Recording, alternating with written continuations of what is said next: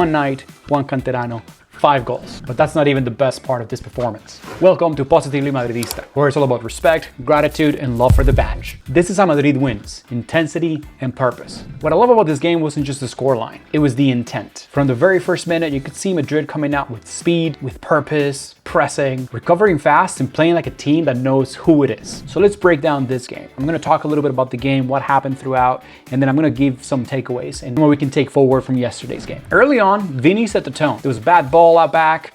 He came back, pressing right away, showing his intent, showing leadership and commitment for the game ahead. The first 5 minutes were pretty sharp. Camavinga was recovering balls. Bellingham was everywhere on the field, asking for the ball, moving around, telling people where to go, just really taking ownership of that midfield. And then in those early minutes, I was really focusing on Gonzalo and what he was doing, because I think that Madrid lacks a proper number 9. Don't get me wrong, I love Mbappe and the way and the things that he's doing for the club. However, with the way the club plays sometimes, it feels like there's a missing something in the middle, that reference point where crosses can go to, where there's somebody running, pulling defenders with them for the run, opening spaces for somebody else.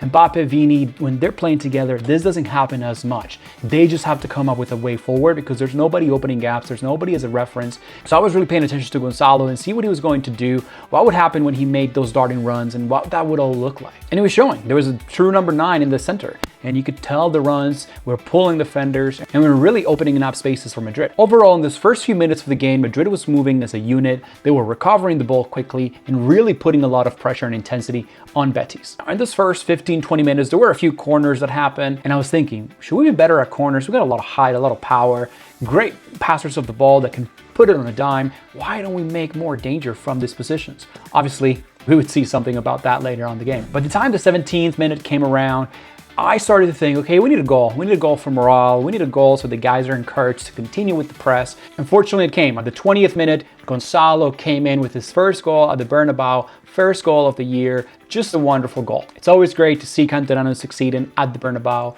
and getting that love from the fans. After the first goal, the guys lost a little bit of concentration. Betis started to press a little more, and this is something that needs to be addressed.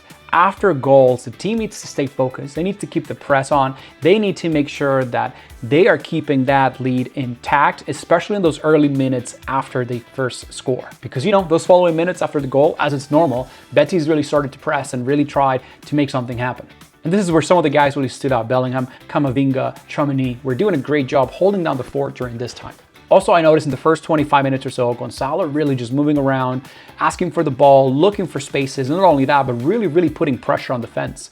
Really adding that extra man coverage and just putting pressure on Betis players to really push them to force that bad pass, to recover some balls. Really just showing a lot of enthusiasm and energy in that first 25 minutes of the game. And then the rest of the first half sort of followed that same line. Madrid was playing well. Camavinga, Bellingham, and Tchouaméni were doing great in pressure, really moving. Vini was really making sure that he was creating nuisance and issues for the defense. Carreras was doing a great job on Anthony, really stopping him and putting pressure, not letting him think with the ball. As soon as he had the ball on his feet, Carreras was pressuring him, pushing him back on the field, forcing that pass. So overall, it's a pretty good first half from the team. The only thing there on the first half that I would say is, keep the intensity after we go ahead on the scoreline. And number 2, keep that intensity until the 45+ minute. Valverde came in clutch with a save there at the end on the very last minute, pretty much of the first half, where there was a cross. He came forward and really put the foot right where it needed to be in order to stop the tap-in from the Betis attackers. So keep that intensity. We can't just stop and lay back and say, well, half's almost over. Players already thinking about the halftime chat or whatever it is they're thinking about at that point. But you can definitely feel and see the intensity drop on those last few minutes, and we just cannot allow that. Second half started with Betis doing a double switch, trying to contain Vini on the left side. They were having a hard time during the first half. He forced that first yellow card as well, so that forced that substitution as well because, Vini was doing whatever he wanted on that side. Second half started with the Real Madrid that was a little bit slower, more on the back foot, and actually Betis coming forward a little bit more and putting more pressure, really attacking, and really just making Madrid a little bit more uncomfortable. And I believe this was all coming from just that lack of intensity that our players were showing at the beginning of that second half. Fortunately, on the 50th minute, out of nothing, boom, golazo. What a golazo by Gonzalo. Seriously, one of those goals that I guarantee you, he was in his bed when he was a little kid playing for Madrid in the Cantera and wondering and dreaming, oh man, I hope to get it to score a goal like this at the Bernabeu, at home, in front of a packed house. Just the kind of stuff that these young players dream of. Super happy for him. What a goal he scored, and really, really needed at the time because he was out of nowhere. He was out of nothing. That's what we need. Players that step out like that and really make that difference with minimum chances. Because to be fair, even though the team started slowly, Gonzalo was one of the only players that continued that intensity from the first half. So I was super happy to see that second goal come through for him. Really, really rewarding on his effort at that point for the game. And with that second goal, he really showed a number 9, instinct, movement, timing, and conviction. It was super cool to see the stadium recognize his effort. Everybody started chanting his name. Again, I'm sure this is one of these moments that canteranos dream about when they're training in the youth teams at Real Madrid. At Valdebebas and dreaming one day playing in the first team. 1. Number 2, scoring at home in an important game, because this was an important game for us. We could not let Barca get ahead of us more on the league.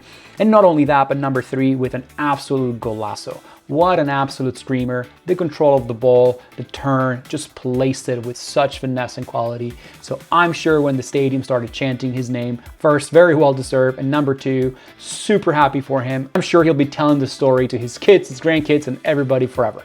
Besides, we really needed that goal because we were losing intensity, Betis was growing, and they were the ones really bringing up and turning it up a notch during that stint of the game. With this, Madrid started to get a hold of the ball a little more, slowing down the game a little bit, and then we won a corner, and then here comes Asensio with a great header, answering my question of, should we be better at corners and set plays? Yes, we should, and we need to use this a lot more in Madrid. We've got Tchouaméni, we've got Bellingham, he's a tall guy. We have players like Asensio. We definitely have the height and the power in the air to make these count more often. And this was another moment again where I was super happy for the Canterano. Again, another first goal at Real Madrid. Again, the stuff that these guys dream of. Super happy for him. And not only that, but it was a really sweet moment. He actually dedicated the goal to a young fan who has been battling leukemia. So he had the great gesture of dedicating that goal to him. And it was great to see Rodrigo's second assist of the game. Rodrigo is on an up and up. He had a pretty rough start of the season, end of last season. A lot of rumors about him leaving. So I was happy to see him being involved, having a few important interactions with the rest of his teammates, and of course providing those 2 important assists at this point of the game. With that said, Betis did sort of start coming up again, creating a couple counter-attacking opportunities and really being a little bit more menacing against the Madrid defense. Towards the 60th minute, things changed a little bit. Madrid was starting to control the ball a little more. With that said, there were a couple instances of danger where Thibaut Courtois came in huge as always. Thanks, Thibaut, for always being there. We might not see you for 50, 60 minutes in the game, but when we do, it's always the great save. So appreciate you, man. Thank you very much. It was also good to see Madrid getting back onto the ball a little bit, dictating the pace quite a bit more. But then came the goal for Betis. There was an action on the attacking end of Madrid where we were basically asking for a penalty kick. Everybody was still sort of figuring that out and trying to figure out, and boom, Betis scored. So again, keep that intensity. Keep your head in the game throughout the 90 minutes. I think it's key for Madrid to continue to succeed this season. After that first goal, Betis really went all for it and really made us feel a little bit more uncomfortable at the back for sure. The guys were scrambling a little more. They were running a little less, putting less pressure, a lot more jogging instead of running. So that created some uncomfortable situations there at the back for Madrid. I was screaming at the TV saying, come on guys, we need more intensity. We need to keep that intensity up. We can't put our hands down, not yet. And you could tell I was not alone. You could hear the Bernabeu screaming and whistling, asking the players to stay on it, to keep that intensity. And again, I'm not a huge fan of whistling our own players and stuff like that, but I get it. In moments like that, it's a little bit of a wake-up call of like, come on guys, let's snap out of it. Let's get back in the game. So I was not the only one screaming at the TV for sure. Because my thought is like, why are you guys going to undo 70 minutes of good work by just walking around and just, jogging around the field at this point? There's no need for this. We got to keep that intensity. This is where I started thinking, where are the substitutions? We need to inject more pace in this. We need to inject something different in here because either these guys are tired or mentally checked out. It needs to be addressed. This lack of intensity led to a little bit more pressure from Betis that at some point even got Tchouaméni and Bellingham going at it at each other, probably asking for more intensity of I don't know what, but yes, we were suffering a little bit at this point in the game. Changes happened, Arda Güler came in, but then Betis almost scored. The stadium was definitely not happy, people whistling, asking for more commitment and more intensity and just staying in the game. And this is where I was thinking, okay, we need subs now. Fortunately, the subs happened. Mastantuono came in, Arda Güler came in, Vini and Rodrigo were out for the game. Now, Vini received a mixed reaction leaving the field. Some people were whistling, some people were clapping, mostly whistling though. He looked pretty upset at the substitution and probably upset too at the reaction for the Bernabeu. I personally believe that although he did sort of slow down at the end, in the first half, first 60 minutes, I believe he did a great job. I think this maybe has to do more with his back, like all the issues from before, not necessarily this game. I don't know. I'm not there in the stadium to sort of feel that. But I think it was a little uncalled for. I think he had a great game. I think he pressed. I think he was menacing an attack in the first half in particular. He was sort of asking for the ball consistently. So I think the whistles at the end of the game were a little bit uncalled for. But again, this could have been something that was picked up at the stadium that I was not aware of. I think I saw on social media there was an instance on the sidelines where Xavi was asking him for more pressure, more intensity, and Vini was not happy with the request or something like that. And that could have been what led the fans to whistle on the substitution. But either way, I was happy with Vini's performance. I just need him and would like to see him focusing more on his game and less on his emotions and keeping his mouth shut a little more and just letting his football and his ability to, tear down defenses and score and just be an entertaining player to watch speak for him and not his emotions. That's what I would like to see from Vini. And as far as Rodrigo, it was good to see him in the game. He had good contributions, obviously 2 assists, so happy for him. Our subs didn't have a direct impact. Betis' subs were having a little bit more of an impact. I think it was Riquelme from Betis came in from an absolutely stunning shot that almost gripped in on Courtois' net, but fortunately the post was there to save us. By the 88th minute, we had a bit of a scary moment with Tchouaméni falling down and sort of getting subbed by Dani Ceballos, but fortunately at the end of the game, the medical staff came out and said that he was fine. It was just a knock, so hopefully nothing else develops from that. So I was happy to see him walking out of the field in good health, and hopefully nothing that will come from that. And then there, around the 83rd minute, came the hat-trick completion for Gonzalo with an absolute stunner of a goal. This was also a little bit out of nowhere. Rudiger took the ball out. Arda Güler went and chased that ball to the byline, really cutting it back in.